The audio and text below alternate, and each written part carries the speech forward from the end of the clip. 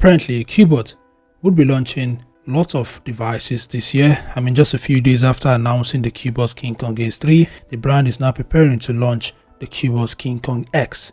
Now, the KingKong X is a 5G rugged phone with a rear display. The X3 is not a 5G rugged phone, but it has a rear display just like the KingKong X. And personally, the KingKong X, pack specs and features that are actually quite better than that of the X3, which means that the KingKong X would be a little bit expensive than the X3. Anyway, as regarding the top specs of the KingKong X, well, they are not bad. It is powered by the Dimensity 7050. It features a triple rear camera setup with a 100MP main sensor, while its front-facing camera is 32MP. The phone also has 16GB RAM, and it has two storage configurations, including a 256GB and a 512GB internal storage. The device also features a 6.58-inch Full HD Plus IPS LCD display with a 120Hz refresh rate. Now, as opposed to the KingKong X3 that has a small battery capacity, this device, the KingKong X,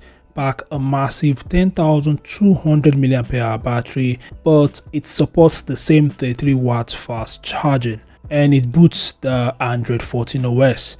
Other features include Wi-Fi 6, 5G support, Bluetooth 5.2, OTG, NFC support. Like I mentioned earlier, the phone has a rear display. It is IP68 and IP69K compliant. It is also military grade standard 810H certified. This means that the KingKong X is waterproof, dustproof, shockproof, and can survive different environmental conditions. That's why it's called a rugged device. Now, the 100MP main camera can shoot up to 4K videos, which is impressive. Now, these are just some of the top specs and features of the Cubot KingKong X. As regarding how much it will cost, well, there's no official price yet. Once I get the details, I'll definitely let you guys know. So what are your thoughts? Feel free to share them in the comment section below, and I'll see you guys in the next update.